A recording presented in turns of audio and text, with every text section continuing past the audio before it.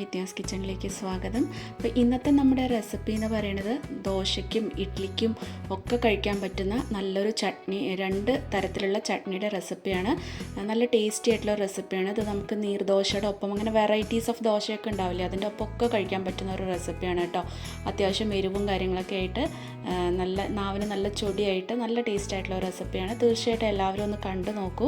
കണ്ടു നോക്കിയിട്ട് ഇഷ്ടപ്പെടുകയാണെങ്കിൽ നിങ്ങൾ എല്ലാവർക്കും ഒന്ന് ഷെയർ ചെയ്ത് കൊടുക്കാനും സബ്സ്ക്രൈബ് ചെയ്തൊന്ന് സപ്പോർട്ട് ചെയ്യാനും മറക്കരുത്. അപ്പോൾ നമുക്ക് റെസിപ്പിയിലോട്ട് പോവാം. അപ്പോൾ ആദ്യം നമുക്കൊരു തേങ്ങാ ചട്നി ഉണ്ടാക്കാം. അതിന് വേണ്ടിയിട്ട് മിക്സിയുടെ ജാറിലോട്ട് 1/4 കപ്പ് ചിരകിയ തേങ്ങ അല്ലെങ്കിൽ കഷ്ണാക്കിയിട്ടുള്ള തേങ്ങ ഇട്ട് കൊടുക്കുക. അതിലേക്ക് ഒരു 3 ടീസ്പൂൺ പൊട്ടുകടല ചേർത്ത് കൊടുക്കുക. അതിനുശേഷം ഇതിലേക്ക് നമുക്ക് ഒരു 5-6 ചെറിയ ഉള്ളിയും ഒരു 3-4 പച്ചമുളകും ഒരു ചെറിയൊരു കഷ്ണം ഇഞ്ചിയും കൂടി ചേർത്ത് കൊടുക്കുക. പച്ചമുളക് നിങ്ങളുടെ എരിവിനനുസരിച്ച് കൂട്ടുക കുറയ്ക്കുകയോ ചെയ്യുക കേട്ടോ. ഇതൊരു മീഡിയം എരിവാണ്, അപ്പം അതിനനുസരിച്ചാണ് കേട്ടോ ഞാൻ ചേർത്ത് കൊടുത്തിട്ടുള്ളത്. ഇനി ഇതിലേക്ക് വേണ്ട ഉപ്പ് നമുക്ക് ചേർത്ത് കൊടുക്കുക. ഞാനൊരു 1/2 ടീസ്പൂണോളം ഉപ്പ് ചേർത്ത് കൊടുത്തിട്ടുണ്ട്. പിന്നെ പോരാന്നുണ്ടെങ്കിൽ പിന്നെ നമുക്ക് ലാസ്റ്റിൽ ചേർത്ത് കൊടുത്താലും മതി കേട്ടോ. പിന്നെ ഇതിലേക്ക് ചെറിയ ഉള്ളി തന്നെ ഇടാനായിട്ട് ശ്രദ്ധിക്കണം. സവാളയൊന്നും ഇടരുത് കേട്ടോ. ചെറിയ ഉള്ളി ഇടുമ്പോഴാണ് ആ പെർഫെക്റ്റ് ആയിട്ടുള്ളൊരു ടേസ്റ്റ് നമുക്കത് കിട്ടുള്ളൂ. ആദ്യം ഇതൊന്നും ജസ്റ്റ് ഒന്ന് വെള്ളമൊന്നും ഒഴിക്കാതെ ഒന്ന് അരച്ച് കൊണ്ടുവരിക. പൊട്ടുകടലയും തേങ്ങ കഷ്ണമൊക്കെ അല്ലേ, അതുകൊണ്ട് പെട്ടെന്ന് വെള്ളം ഒഴിച്ച് അരച്ച് കഴിഞ്ഞാൽ പെട്ടെന്ന് അങ്ങോട്ട് അരഞ്ഞ് കിട്ടില്ല. അപ്പോൾ ആദ്യം ജസ്റ്റ് ഒന്ന് ക്രഷ് ചെയ്ത ശേഷം പിന്നീട് വെള്ളം ഒഴിച്ച് അരച്ചാൽ മതി. ഒരുപാട് വെള്ളം ഒഴിക്കരുത്, കുറേശ്ശെ വെള്ളം ഒഴിച്ചിട്ട് ഈ ഒരു രീതിയിൽ നല്ല മയത്തിൽ തന്നെ അത് അരച്ചെടുക്കണം കേട്ടോ. ഇത് നിങ്ങൾക്ക് ഞാനിപ്പോൾ കട്ട ചട്നി ആയിട്ടാണ് കേട്ടോ ഉണ്ടാക്കുന്നത്. നിങ്ങൾക്കിത് ലൂസായിട്ട് വെള്ളം പോലെ വേണം വെച്ചാൽ അതിനനുസരിച്ച് നിങ്ങൾക്ക് വെള്ളം ഒഴിച്ചിട്ട് ലൂസാക്കാം കേട്ടോ. അപ്പോൾ നമ്മളിതൊരു പാത്രത്തിലോട്ട് മാറ്റി കൊടുത്തിട്ടുണ്ട്. ഇനി നമുക്കിതിലൊന്ന് വറുത്തിടണം. അതിന് വേണ്ടിയിട്ട് ഒരു പാൻ എടുത്തിട്ടുണ്ട്. അതിലേക്ക് വെളിച്ചെണ്ണ ഒഴിച്ച് കൊടുത്തിട്ടുണ്ട്. അപ്പോൾ അതിലേക്ക് 1 ടീസ്പൂൺ കടുക് ഇട്ട് കൊടുക്കുക. കടുക് പൊട്ടിക്കഴിയുമ്പോൾ നമുക്കതിലേക്ക് കുറച്ച് കറിവേപ്പില ഇട്ട് കൊടുക്കുക. 2-3 വറ്റൽമുളക് നമുക്ക് ചേർത്ത് കൊടുക്കുക.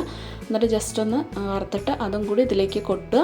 അപ്പം നമ്മുടെ തേങ്ങാ ചട്നി ഇവിടെ റെഡി ആയിട്ടുണ്ട് കേട്ടോ. അത് പെർഫെക്റ്റ് ആയിട്ട് നമുക്ക് ഈ നാടൻ ചായക്കടകളിലും അതുപോലെ ശരവണയിലൊക്കെ കിട്ടുന്ന ആ ഒരു ചട്നിയില്ലേ, അതിൻ്റെ ഒക്കെ ടേസ്റ്റാണ് കേട്ടോ. നല്ല ടേസ്റ്റാണ്. തീർച്ചയായിട്ടും എല്ലാവരും ഒന്ന് ട്രൈ ചെയ്ത് നോക്കൂ. അപ്പം ഇനി നമുക്ക് നമ്മുടെ രണ്ടാമത്തെ റെസിപ്പിയിലോട്ട് പോവാം. അതൊരു തക്കാളിയൊക്കെ വെച്ചിട്ടുള്ളൊരു ചട്നി അല്ലെങ്കിൽ ചമ്മന്തിയുടെ റെസിപ്പിയാണ് കേട്ടോ. അപ്പോൾ അത് തയ്യാറാക്കാനായിട്ട് ഞാനൊരു പാൻ വെച്ചിട്ടുണ്ട്. അതിലേക്ക് വെളിച്ചെണ്ണ ഒഴിച്ച് കൊടുത്തിട്ടുണ്ട്. വെളിച്ചെണ്ണ ചൂടാകുമ്പോൾ അതിലേക്ക് 1 ടീസ്പൂൺ ഉഴുന്നിട്ട് കൊടുക്കുക. ഉഴുന്നൊന്ന് ചെറുതായിട്ടൊന്ന് കളറ് ചേഞ്ച് ആവുന്ന വരെ ഒന്ന് വഴറ്റി കൊടുക്കുക. ലോ ഫ്ലെയിമിൽ വെച്ചിട്ട് വേണം കേട്ടോ ചെയ്യാനായിട്ട്, അല്ലെങ്കിൽ ഉഴുന്ന് പെട്ടെന്ന് കരിഞ്ഞു പോവും. പിന്നെ അതിലേക്ക് ഒരു 4 അല്ലി വെളുത്തുള്ളിയും ഒരു 2 വറ്റൽമുളകും ചേർത്ത് കൊടുക്കുക. അപ്പോൾ തീരെ ചെറിയ വെളുത്തുള്ളി ആണെങ്കിൽ ഒരു 2 കൂടി എക്സ്ട്രാ ചേർത്തോളൂ.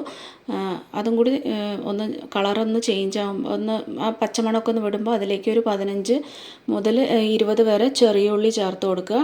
ചെറിയ ഉള്ളി നന്നായിട്ടൊന്ന് സോഫ്റ്റ് ആവുന്ന വരെ വഴറ്റി കൊടുക്കണം. ചെറിയ ഉള്ളി ഇല്ല എന്നുണ്ടെങ്കിൽ 2 മീഡിയം സൈസ് സവാള ചേർത്ത് കൊടുത്താലും മതി. പക്ഷേ ചെറിയ ഉള്ളിക്കാകുമ്പോൾ ഒന്നും കൂടെ ടേസ്റ്റ് കൂടുന്നു മാത്രം. പിന്നെ അതിലേക്ക് ഒരു 1/2 ടീസ്പൂണോളം ഉപ്പും കൂടി ചേർത്ത് കൊടുക്കുക. അത് പെട്ടെന്നൊന്ന് വഴണ്ട് കിട്ടാനായിട്ട്. പിന്നെ കുറച്ച് കറിവേപ്പിലയും ചേർത്ത് കൊടുക്കുക. എന്നിട്ട് ഇത് നന്നായിട്ടൊന്ന് സോഫ്റ്റ് ആവുന്നവരെ, ഉള്ളി ഒന്ന് നന്നായിട്ട് സോഫ്റ്റ് ആവുന്നവരെ വഴറ്റി കൊടുക്കുക. ഒത്തിരി അങ്ങോട്ട് കളറ് ചേഞ്ച് ആവുമെന്ന് വേണ്ട, ഒന്ന് പച്ചമുളകൊക്കെ ഒന്ന് വിട്ടിട്ട് ഒന്ന് സോഫ്റ്റായി കിട്ടിയാൽ മാത്രം മതി കേട്ടോ. അപ്പോൾ ഇത് നന്നായിട്ടൊന്ന് സോഫ്റ്റായി കഴിയുമ്പോൾ നമുക്കതിലേക്ക് 2 മീഡിയം സൈസ് തക്കാളി ചേർത്ത് കൊടുക്കുക.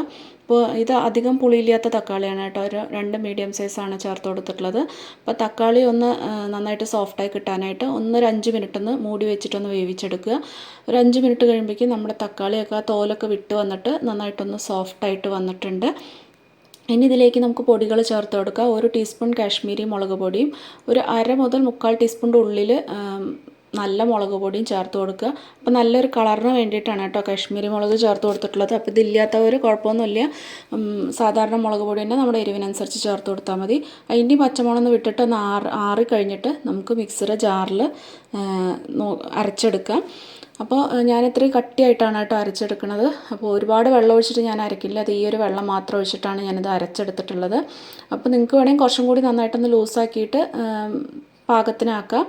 അപ്പോൾ ഞാൻ അത്യാവശ്യം നല്ല തിക്കായിട്ടാണ് കേട്ടോ ഈ ഒരു ചമ്മന്തി റെഡിയാക്കി എടുത്തിട്ടുള്ളത്. അപ്പോൾ കണ്ടോ, ഈ ഒരു തിക്നെസ്സിലാണ് കേട്ടോ ഞാൻ റെഡിയാക്കി എടുത്തിട്ടുള്ളത്. അപ്പോൾ നമ്മുടെ ഇവിടെ ചമ്മന്തി റെഡി ആയിട്ടുണ്ട്. ഉപ്പൊക്കെ പോരാന്നുണ്ടെങ്കിൽ ഈ ഒരു സമയത്ത് ഉപ്പൊക്കെ ചേർത്ത് കൊടുക്കുക.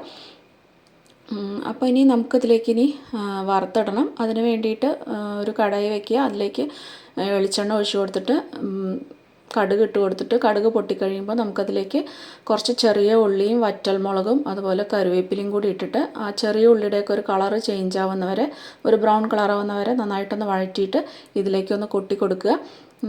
അപ്പോൾ നമ്മുടെ ചമ്മന്തിയും ഇവിടെ റെഡിയായി കിട്ടിയിട്ടുണ്ട്. അപ്പോൾ ഈ 2 റെസിപ്പീസും നിങ്ങൾക്ക് തീർച്ചയായിട്ടും ഇഷ്ടപ്പെടുമെന്ന് വിചാരിക്കുന്നു. തീർച്ചയായിട്ടും നിങ്ങൾ ഉണ്ടാക്കി നോക്കൂ. ഉണ്ടാക്കി നോക്കിയിട്ട് നിങ്ങളുടെ ഫീഡ്ബാക്കൊക്കെ ഒന്ന് പറയാനായിട്ട് മറക്കരുത്. അപ്പോൾ ഇഷ്ടപ്പെടുകയാണെങ്കിൽ നിങ്ങളുടെ ഫ്രണ്ട്സിനൊക്കെ ആയിട്ടൊന്ന് ഷെയർ ചെയ്ത് കൊടുക്കാനും ചാനലൊന്ന് സബ്സ്ക്രൈബ് ചെയ്ത് സപ്പോർട്ട് ചെയ്യാനും മറക്കരുത്. അപ്പോൾ വീണ്ടും നമുക്ക് നല്ല നല്ല റെസിപ്പീസായിട്ട് വീണ്ടും കാണാം. Take care. ബൈ.